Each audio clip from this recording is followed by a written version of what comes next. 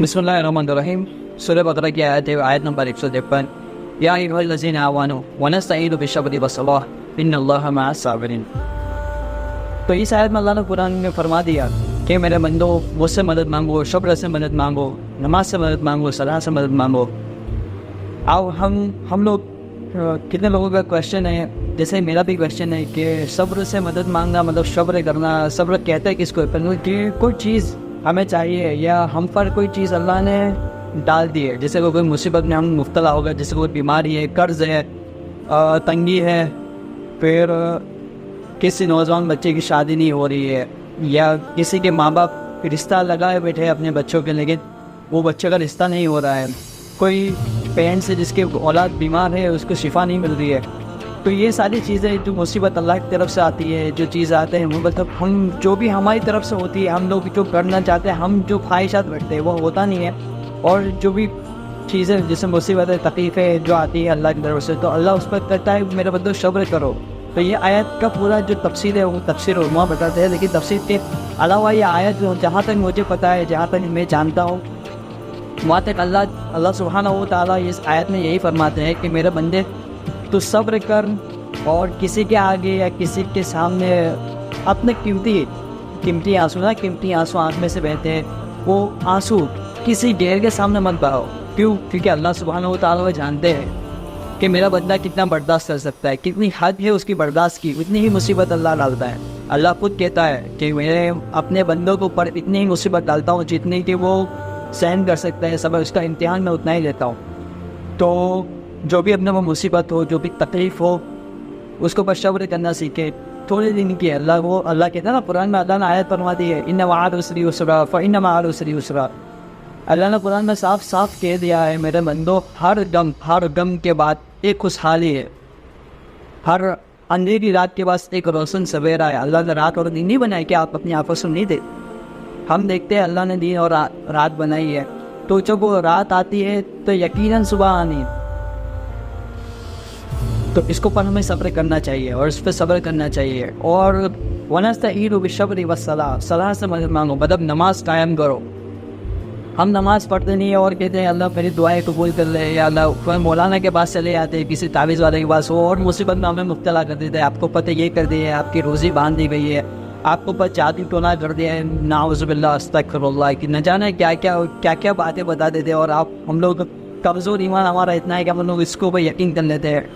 تو سب سے بڑا وظیفہ جو مولانا کے پاس آئیں گے، ہم لوگ مانگتے ہیں کہ یار کچھ پڑھنے کو بتا دو، ہم یہ کریں گے، ہم وہ کریں گے، اتنے لاکھ بار تسبیح پڑھیں گے، اتنا یہ کریں گے، وہ کریں گے. سب سے بہترین وظیفہ یہ ہے، اللہ نے قرآن میں فرمایا، اللہ نے اپنے چاہنے والوں کو فرما دیا کہ سب سے بہترین جو ہے وہ یہی ہے کہ تم 5 وقت کی نماز قائم کرو، پابندی سے نماز پڑھو، خشوع کے ساتھ نماز پڑھو، اور ہاتھ اٹھاؤ اللہ کی بارگاہ میں. کیوں نہ سنے گا؟ اسی نے تو کہا ہے کہ میں سنوں گا، اس کے علاوہ کون سنے گا؟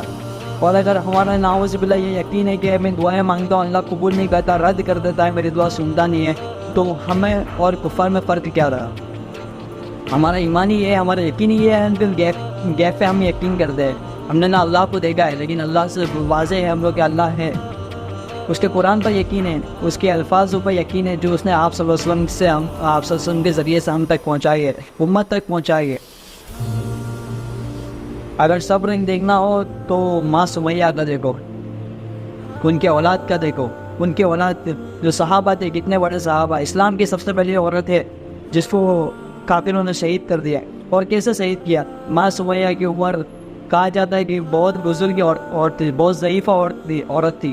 جب ان کے اوپر ظلم کیا گیا کہ جب وہ مسلمان ایمان لے کر آئے، کافروں کو پتہ چلتا گیا کہ وہ ایمان لے کر آئے، تو ان پر ظلم کیا گیا. اور ظلم بھی کی حد، انتہائی حد تک ظلم کیا. کیسا ظلم کہ ان کی سرمگاہ کو بیچ میں سے برچھا مار کر کاٹا گیا. کیسے کاٹا گیا؟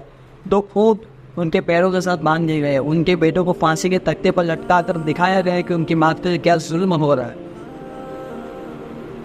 اور ان کے 2 پیروں کے ساتھ اونٹوں کو باندھا گیا. الگ الگ دشاؤں میں اونٹوں کو چلایا گیا. جب اونٹ الگ الگ دشا میں چلے تو ان کا شرمگاہ بیچ میں سے چیر دی گئی، اور وہ شرمگاہ کو کفار نیزہ مارتے.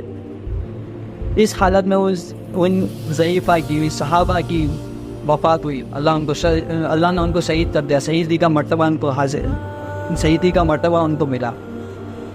تو بھی ان اللہ والوں نے صبر کیا. ان کے شوہر وہاں موجود تھے, ان کی اولادیں وہاں موجود تھیں, ان کے اولاد ان کو کیا کیا, صبر کرو. کہا گیا کہ وہ جب ان کو جب سوال پوچھا گیا تو کہا گیا کہ کاش میں تو ایک جان تھی, اگر 100 جان ہوتی تو اللہ کے رسول اور اللہ کو قربان دے. تو یہ تھا ان کا صبر. ہمارا صبر تو کیسا ہے کہ جب ہم پہ مصیبت آتی ہے تو ہم لوگ نعوذ باللہ اللہ کی طرف رجوع کرنے کی جگہ غیر اللہ کی طرف چلے جاتے ہیں, کسی کی پلید تعویذ پلیدہ کرنے لگ جاتے ہیں, اپنے آپ کو پوچھنے لگتے ہیں کہ یار ہم ہی ملے اللہ کو, نعوذ باللہ استغفر اللہ, ایسا بھی بولتے ہیں لوگ کہ ہم ہی ملے اللہ کو کیا, کہ اتنا ظلم, اتنی تنگی تھی, اتنی تکلیفیں تھی اور واپس اللہ نے ہم پر ایک تکلیف ڈال دی. تو سب سے بڑی بولتے نا نا امیدی تو کفر ہے, اللہ سے نا امید نہ ہو. ہمارا یقین اور ایمان جو شعبہ ہے ہمارا ایمان کا, سب سے بڑی چیز یہ ہے کہ ہم اللہ سے امید باندھ کر رکھیں, نا امید نہ ہو. اگر کوئی انسان نا امید ہو جاتا ہے یقیناً وہ کفر کر رہا ہے. وہ شیطان کی طرف سے ولگلاہٹ ہے, شیطان ہمیں ولگلاتا ہے کہ یہ تو مانگ رہا ہے, اللہ تجھے دے نہیں رہا ہے, شاید اللہ تجھ سے ناراض ہے اور تیرے گناہ ایسے کہ تو معاف بھی نہیں ہو سکتے. کیوں نہ ہو سکتے, معافی مانگو اللہ سے, گڑ گڑا اور وہ دے گا, اللہ کیوں نہ دے گا. سب سے بڑا ہتھیار ہے مومن کا, سب سے بڑا ہتھیار. صبر رکھو, نماز کو تھام کر رکھو, انشاءاللہ فتح تمہارے قدموں میں ہوگی, فتح تمہارے مقدر میں ہوگی. تم جو چاہو گے اللہ سے ملے گا, جو پانا چاہو گے اللہ سے ملے گا. یقیناً وہ سنتا ہے, صبر کرنے کا وہ ساتھ ہے. اس لیے تو اللہ نے فرما دیا ان اللہ مع الصابرین, صبر کرو میں تمہارے ساتھ.